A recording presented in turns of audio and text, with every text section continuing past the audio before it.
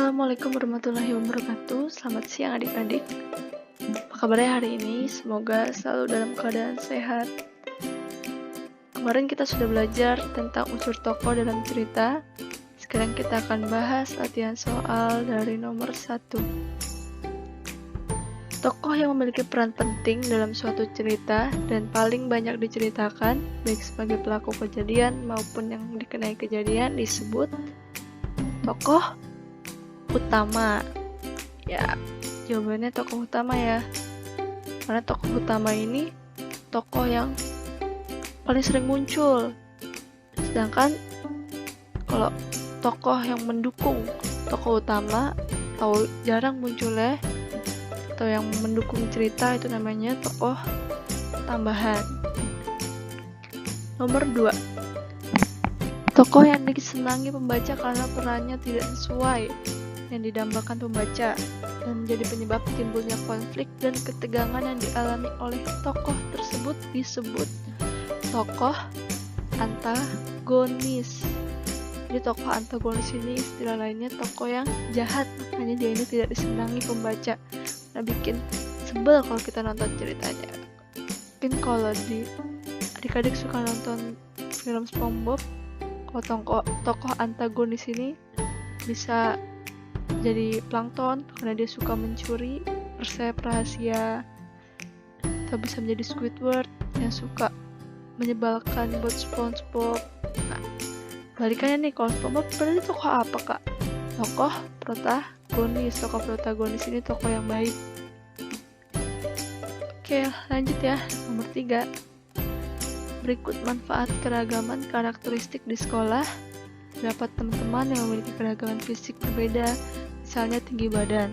Apabila kita tidak dapat mengambil benda di tempat tinggi, kita dapat meminta bantuan teman yang lebih tinggi. Ya, jangan lupa bilang dengan kata tolong. Kita lanjut. Soal nomor 4.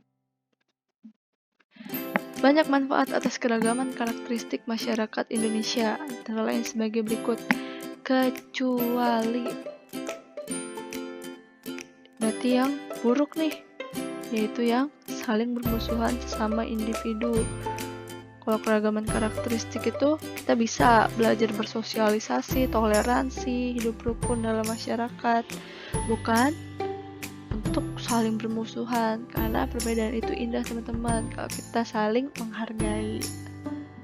Nomor 5. Salah satu bentuk karakteristik individu dalam kehidupan sehari-hari di lingkungan masyarakat yaitu pakaian adat daerah. Karakteristik pakaian adat daerah masyarakat Indonesia dapat mempererat persatuan dan kesatuan bangsa karena pakaian adat daerah menjadi karakteristik bangsa. Jadi yang tadinya setiap daerah punya perbedaan masing-masing, di daerah Jawa pakaian berbeda, rumah adat senjatanya, alat musiknya beda-beda. Kemudian di daerah Flores, di daerah Ambon, daerah Jakarta, dan yang lain-lainnya beda-beda. Itu bisa jadi karakteristik bangsa. Oh, ini bangsa Indonesia nih, bangsa yang majemuk, kaya akan budayanya. Nah, yang lanjut bagian 2. Teman-teman udah baca kan cerita Kendi Emas dan Ular? Ya, kalau lupa ceritanya baca lagi di halaman 85 ya. Langsung aja nih kakak kasih tahu jawabannya dari nomor 1. Tokoh utama dalam cerita Kendi Emas dan Ular. Jawabannya adalah petani, karena disitu dia paling banyak diceritakan. Pusatnya cerita ada pada si petani.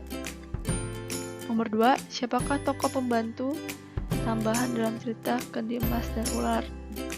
Ada 2 nih yang bantu. Masih ingat gak siapa aja? Itu tetangga dan istri dari petani. Kemudian ingat tadi ya tokoh pembantu, yaitu tokoh yang mendukung dari tokoh utama, tokoh tambahan. Oke, yang ketiga, siapakah tokoh antagonis? Nah, tokoh yang jahat nih dalam cerita. Jadi di cerita ini nih ada yang mau memberi kendinya ke rumah petani, ternyata isinya ular. Nah, itu adalah tetangga jawabannya. Nomor 4, sebutkan keragaman sifat baik yang ada dalam cerita tersebut. Yaitu, ini ada pada diri petani nih, jujur, dia nggak mau ngambil kalau bukan miliknya, bukan di tempatnya. Dia pikir kalau ini ada di ladang orang, berarti benda tersebut adalah milik orang lain. Kemudian pekerja keras, dan diceritakan kalau si petani ini bekerja keras untuk menanam padi, untuk memenuhi kehidupan sehari-harinya. Itu karakter sifat baik. Kalau karakter sifat baik adik-adik apa aja nih? Ayo coba sebutin. Nah, nomor 5, sekarang keragaman dari sifat buruk. Nah, sifat buruknya ini yang dimiliki oleh tokoh pembantu dan sama tokoh antagonis, yaitu pemarah dan pendendam. Jadi si istri sama si tetangganya ini punya sifat yang pemarah dan juga pendendam. Dia ingin membalas kejahatan, merasa dijahati kemudian dibalas. Jangan contoh ya adik-adik, kita harus tetap berbuat baik walaupun mendapatkan perbuatan yang gak kita sukai. Oke, sekian pembahasan dari tema 8 subtema 3 tentang unsur tokoh cerita dan keragaman individu. Sampai jumpa di lain kesempatan. Selamat siang. Wassalamualaikum warahmatullahi wabarakatuh.